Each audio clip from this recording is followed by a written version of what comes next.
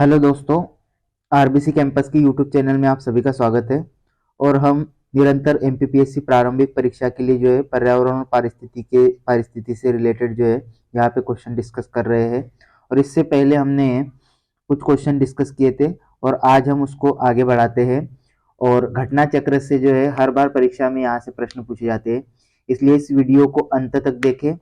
और वीडियो अगर आपको अच्छा लगे, पसंद आए, तो इस वीडियो को लाइक करें और इस चैनल को सब्सक्राइब करें। तो चलिए, आज हम डिस्कस करने वाले हैं पारिस्थितिकीय असंतुलन से संबंधित कुछ महत्वपूर्ण प्रश्न। तो देखिए, आगे देखते हैं। तो सबसे पहला प्रश्न इसमें, निम्न में से निम्न में से कौन सा एक पारिस्थितिकी संतुलन बनाए रखने में मदद नहीं करता। तो देखिए, निम्न में से कौन सा एक जो है पारिस्थितिकीय संतुलन बनाने में मदद नहीं करता। तो ऑप्शन ये है, वनों को काटना, वनारोपण, वर्षा जल प्रबंधन, जैव मंडल भंडार। तो इसमें से ऑप्शन नंबर ए जो है आपका करेक्ट आंसर होगा, क्योंकि वनों को काटना जो है पारिस्थितिकीय संतुलन में मदद नहीं करता। ठीक है। अगला जो है फिर क्वेश्चन नंबर 2 जो है, अगला प्रश्न देखिए। दूसरा प्रश्न है, भारत में पारिस्थितिक असंतुलन का भारत में पारिस्थितिकीय असंतुलन का निम्नलिखित में से कौन सा एक प्रमुख कारण है। तो पारिस्थितिकीय असंतुलन का प्रमुख कारण क्या है, तो वनों का उन्मूलन करना या वनों को काटना जो है इसका प्रमुख कारण है। अगला देखिए, अगला प्रश्न जो है, निम्नलिखित में से किस कार्य से पारिस्थितिकीय संतुलन बिगड़ता है। तो इसका भी राइट आंसर हो जाएगा क्या, लकड़ी काटना या वन उन्मूलन। अगला प्रश्न है, निम्नलिखित में से किसकी पारिस्थितिकीय संतुलन से संबंध नहीं है। किसका पारिस्थितिकीय संतुलन से संबंध नहीं है। तो देखिए, जल प्रबंधन का है, वन रोपण का है, वन्य जीव सुरक्षा का भी है, लेकिन औद्योगिक प्रबंधन का नहीं है। तो अगला प्रश्न देखिए, आगे देखते हैं फिर हम।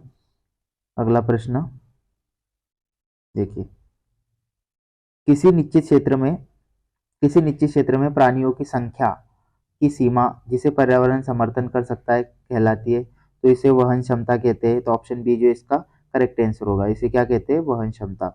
फिर अगला प्रश्न है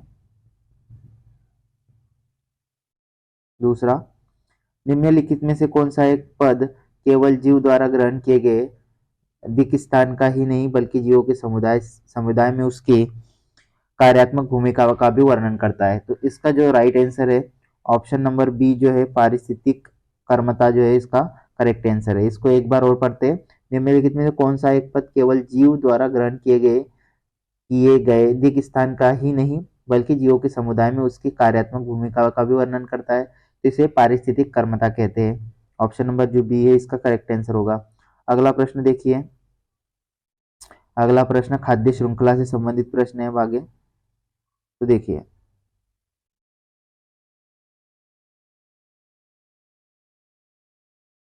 एक घास स्थलीय पारिस्थितिकी तंत्र के खाद्य श्रृंखला में विभिन्न घटकों का सही क्रम क्या है। तो देखिए, खाद्य श्रृंखला में विभिन्न घटकों का सही क्रम क्या होता है। सबसे पहले घास आती है, घास को कौन खाता है, टिड्डा, टिड्डे को मेढक और मेढक को कौन खाता है, सर्प। तो एक खाद्य श्रृंखला बन रही है। तो ऑप्शन नंबर ए जो है इसका करेक्ट आंसर होगा। ये इसमें डिटेल में भी दिया हुआ है नीचे। देखिए, घास घास क्या है, ये उत्पादक है। ठीक है। टिड्डा क्या है, प्राथमिक उपभोक्ता है। जो शाकाहारी वस्तुओं को खाते हैं वो प्राथमिक उपभोक्ता होते हैं। फिर टिड्डा जो है, टिड्डे को कौन खाता है, मेंढक। तो ये द्वितीयक उपभोक्ता है, तो इसको मांसाहारी भी कहा जाता है। और मेंढक को कौन खाता है, सर्प। तो ये तृतीयक उपभोक्ता है। आगे अगला प्रश्न देखते हैं, इनमें से कौन खाद्य श्रृंखला का निर्माण नहीं करता। तो देखिए, इनमें से कौन सा खाद्य श्रृंखला का निर्माण नहीं करता। तो घास, गेहूं, आम, सॉरी, इनमें से कौन खाद्य श्रृंखला का निर्माण करता है। तो घास, बकरा और आदमी। तो ऑप्शन नंबर बी जो है इसका करेक्ट आंसर है। अगला है, निम्न में से कौन आहार श्रृंखला का निर्माण करते हैं। तो देखिए, घास, बकरी और मानव, ये ऑप्शन नंबर बी जो है ये एक आहार श्रृंखला या खाद्य श्रृंखला का निर्माण करते हैं। तो ऑप्शन बी इसका करेक्ट आंसर होगा। अगला है, निम्नलिखित में से पारिस्थितिकी तंत्र का कौन सा एक जीवीय संगठक नहीं है। तो पारिस्थितिकी तंत्र का एक जीवीय संगठक नहीं है। तो वायु जो है एक अजैवीय घटक है पारिस्थितिक तंत्र का। ऑप्शन नंबर बी जो है, ऑप्शन नंबर ए जो है इसका करेक्ट आंसर होगा। अगला प्रश्न है, देखिए, अगला प्रश्न में पारितंत्रों में खाद्य श्रृंखलाओं के संदर्भ में निम्नलिखित कथनों पर विचार कीजिए। तो देखिए, पहला, खाद्य श्रृंखला उस क्रम का निर्देशन करती है जिसमें जीवों की एक श्रृंखला एक दूसरे के आहार पर पोषित होती है। तो ये बिल्कुल सही है। खाद्य श्रृंखला एक जाति की समष्टि के अंतर्गत पाई जाती है। तीसरा है खाद्य श्रृंखला प्रत्येक जीव की संख्याओं का जो दूसरों के द्वारा खाई जाती है निर्देशन करती है। तो इसका राइट आंसर हो जाएगा ऑप्शन नंबर एक, केवल ऑप्शन नंबर एक जो है इसका करेक्ट आंसर है। आइए इसका थोड़ा सा डिटेल देख लेते हैं। पारिस्थितिकी तंत्र में ऊर्जा का अंतरण क्रमबद्ध स्तरों की एक श्रृंखला में होता है, जिसे खाद्य श्रृंखला कहते हैं। पारिस्थितिकी तंत्र के विभिन्न जीव, पेड़ पौधे, जंतु अपनी पोषण संबंधी आवश्यकताओं के अनुसार एक दूसरे पर निर्भर होते हैं, अतः कथन एक सत्य है। खाद्य श्रृंखला विभिन्न जाति की समष्टि के अंतर्गत पाई जाती है, अतः कथन जो है असत्य है। खाद्य श्रृंखला जीवों में निर्भरता का विश्लेषण नहीं पाया जाता, कथन तीसरा भी असत्य है। ठीक है, अगला प्रश्न देखते हैं।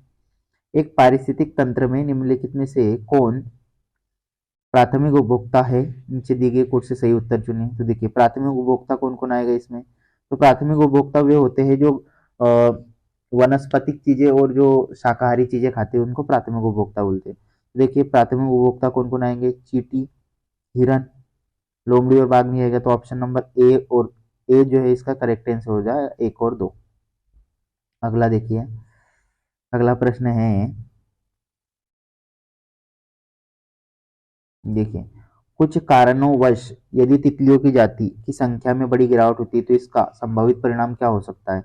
तो कुछ पौधों के परागण पर प्रतिकूल प्रभाव पड़ सकता है। कुछ कृषि पौधों में कवकीय संक्रमण प्रचंड रूप से बढ़ सकता है। इसके कारण बर्रों, मकड़ी और पक्षियों की कुछ प्रजातियों की समष्टि में गिरावट हो सकती है। तो इसका ऑप्शन जो है एक और तीन जो इसका करेक्ट आंसर होगा। ठीक है, अगला प्रश्न है,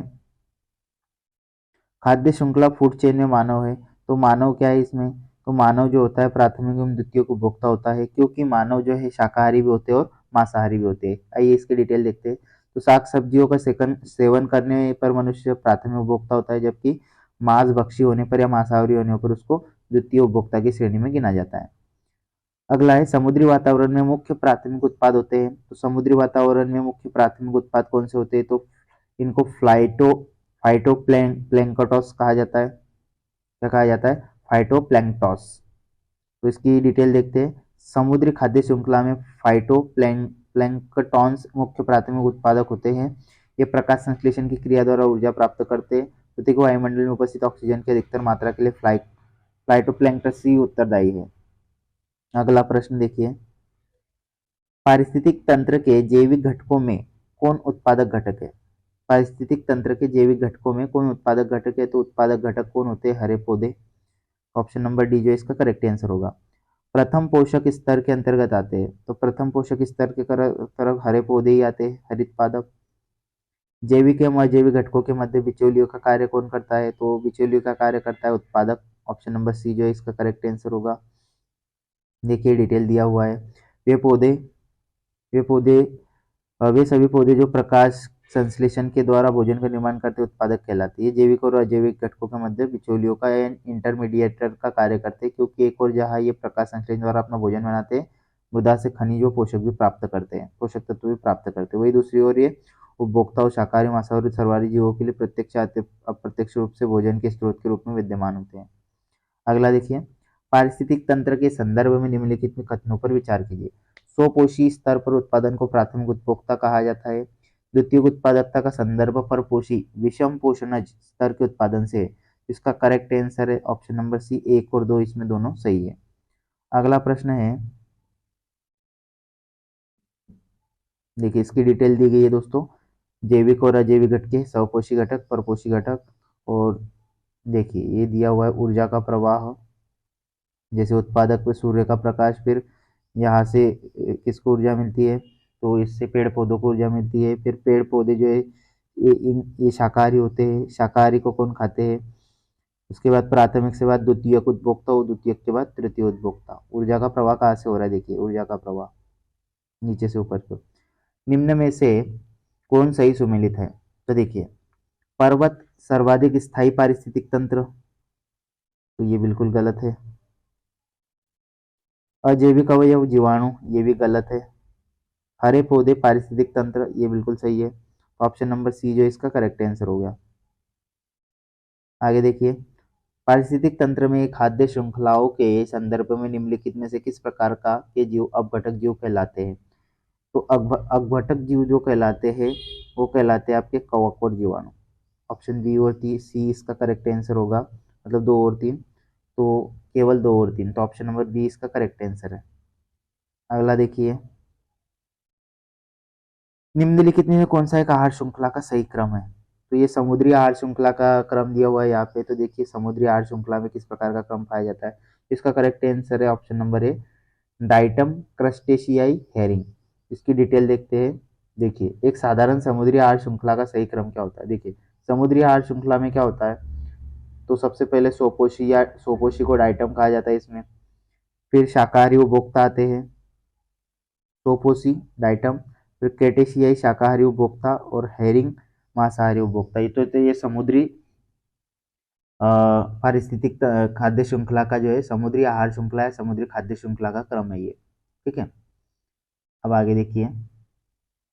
देखिए इसमें दिया हुआ है ऊर्जा का प्रवाह किस प्रकार से होता है। ठीक है, चलिए आगे देखते हैं अब अगले प्रश्न। पारिस्थितिकी निकाय में ऊर्जा का प्राथमिक स्रोत है। तो पारिस्थितिकी तंत्र में ऊर्जा का प्राथमिक स्रोत सौर ऊर्जा होता है। दूसरा, पारिस्थितिक तंत्र का एक प्रेरक बल होता है। तो पारिस्थितिक तंत्र का प्रेरक बल सौर ऊर्जा होता है। अगला प्रश्न है, निम्न में से कौन सा कथन सही है। तो देखिए जीवमंडलीय पारिस्थितिक तंत्र में ऊर्जा का प्रवाह एक दिशी होता है। तो ये बिल्कुल सही है, क्योंकि देखिए जीवमंडलीय पारिस्थितिक तंत्र जो होता है उसमें ऊर्जा का प्रवाह एक ही दिशा में होता है। तो ये बिल्कुल सही है। जीवमंडलीय पारिस्थितिक तंत्र में ऊर्जा का प्रवाह चक्रीय होता है, ये गलत है। प्राकृतिक पारिस्थितिक तंत्र में बढ़ते पोषण स्तर के साथ ऊर्जा का सापेक्षिक क्षय घटता जाता है, गलत, ये गलत है। तो ऑप्शन नंबर ए जो है आपका राइट आंसर है। ऑप्शन नंबर ए क्या है, करेक्ट आंसर है। अगला प्रश्न देखिए,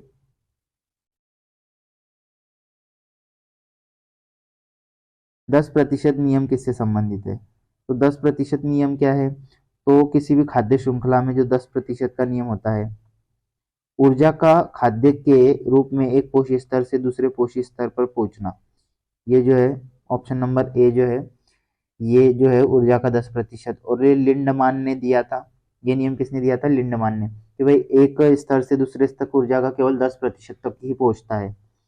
अगला प्रश्न जो है देखिए,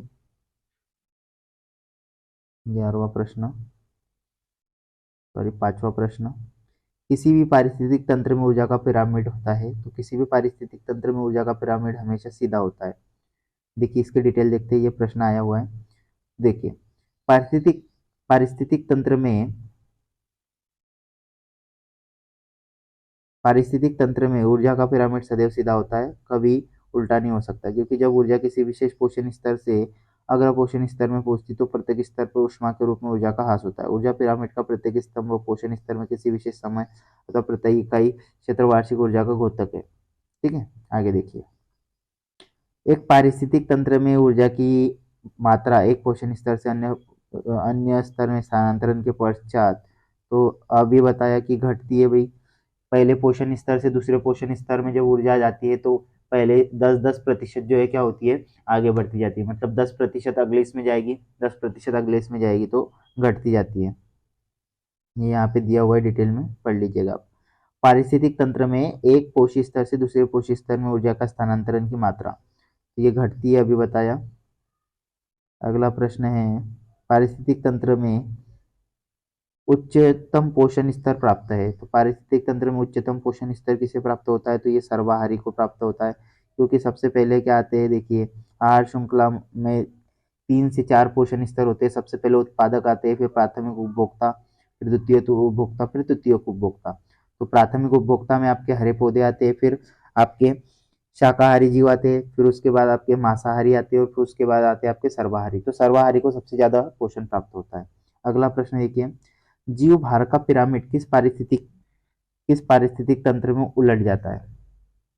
तो ये इसका सही आंसर जो है तालाब, ऑप्शन नंबर बी जो है इसका करेक्ट आंसर है। तो इसमें देखिए डिटेल देखते हैं कि पारिस्थितिक तंत्र के विभिन्न स्तरों के प्रति इकाई क्षेत्र में उपस्थित जीव भार के रेखा चित्रीय निरूपण को जीव भार का पिरामिड कहते हैं। स्थलीय पारिस्थितिक तंत्र में जीव भार का पिरामिड होता है, जबकि जलीय पारिस्थितिक तंत्र में जीव भार का या बायोमास का पिरामिड उलट जाता है। जैसे तालाब और समुद्र में क्या होता है, ये उल्टा बनता है। जबकि स्थलीय पारिस्थितिक तंत्र में है जो पिरामिड हमेशा सीधा बनेगा, और जो जलीय पारिस्थितिक तंत्र में उसमें पिरामिड क्या होता है, उल्टा बनता है। आइए आगे देखते हैं।